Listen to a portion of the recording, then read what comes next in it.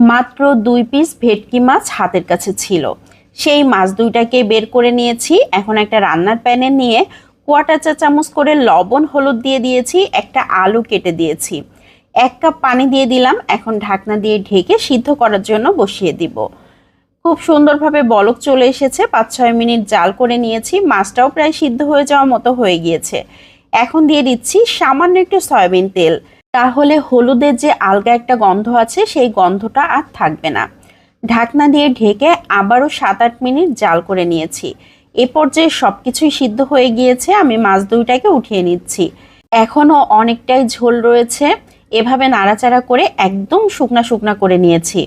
আলুগুলোও শুকনা হয়ে গিয়েছে, আলুগুলোকে ম্যাশ করে নিতে হবে। আর মাছটাকে আমি বেছে একটা পাত্রে নিয়ে নিয়েছি।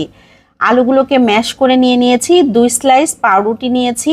পাউরুটি 2টা পানির মধ্যে দিয়ে খুব ভালো করে ভিজিয়ে নিয়ে এখন হাত দিয়ে চিপে নিচ্ছি। একদম শুকনা শুকনা করে চিপে নিতে হবে। এখন এই পাউরুটিগুলোকেও আমি সেই মাছের মধ্যে দিয়ে দিয়েছি। এখন দিয়ে দিচ্ছি 1 টেবিল চামচ পেঁয়াজ কুচি, 2টা কাঁচা মরিচ কুচি করে তারপর দিচ্ছি। মরিচটা বুঝে দিতে হবে, যে যেমন পছন্দ করেন। এখানে 2টা ভাজা শুকনা মরিচ নিয়ে নিয়েছি। খুবই সুন্দর একটা সেন্ট আসে ভাজা শুকনা মরিচ দিলে। আমি হাতের সাহায্যে ম্যাশ করে দিয়ে দিলাম। এখন দিয়ে দিচ্ছি 1/4 চা চামচ রসুন পেস্ট, আদা পেস্ট, 1/2 চা চামচ জিরা পেস্ট, ধনিয়ার গুঁড়া 1/2 চা চামচ, লবণ দিয়ে দিয়েছি 1/4 চা চামচ, হলুদ গুঁড়ো 1/4 চা চামচ, 2 টেবিল চামচের মতো ব্রেড ক্রাম দিয়ে দিয়েছি, আর 2 টেবিল চামচের মতো দিয়ে দিয়েছি কর্নফ্লাওয়ার। এখন হাতের সাহায্যে খুব ভালো করে চটকে চটকে মাখিয়ে নিতে হবে। এই মিশ্রণটা কিন্তু একদম আঠালো টাইপের হবে। মাখানোর পরেই দেখেন কত সুন্দর দেখাচ্ছে, খুবই সুন্দর লোভনীয় হয়ে গিয়েছে। এর টেস্টটা যে কি পরিমাণে ভালো আসে, মানে খেতে মাশাল্লাহ অনেক মজার হয়। একদম ঝটপট তৈরি করা যায়। আমি হাতটা ক্লিন করে ধুয়ে হাতে তেল মেখে নিয়েছি। এখন শেপগুলোকে দিয়ে নিচ্ছি।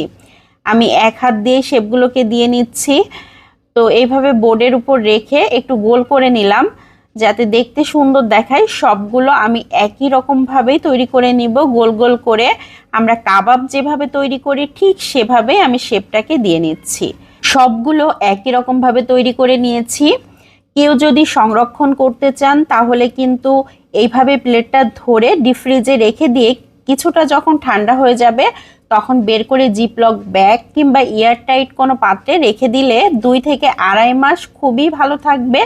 বের করে জাস্ট ভেজে নিলেই হয়ে যাবে।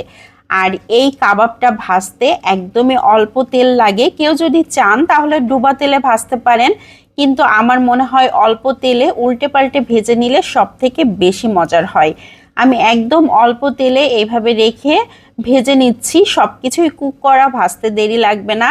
আর এইভাবে ভাজলে অনেক বেশি মুচমুচে হবে, ভেতরটা জুসি থাকবে, খেতে কিন্তু অনেক ভালো লাগবে।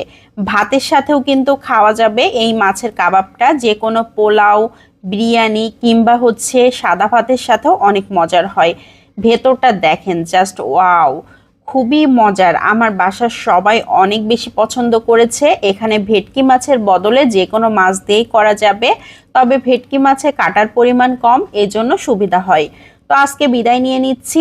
আসসালামু আলাইকুম।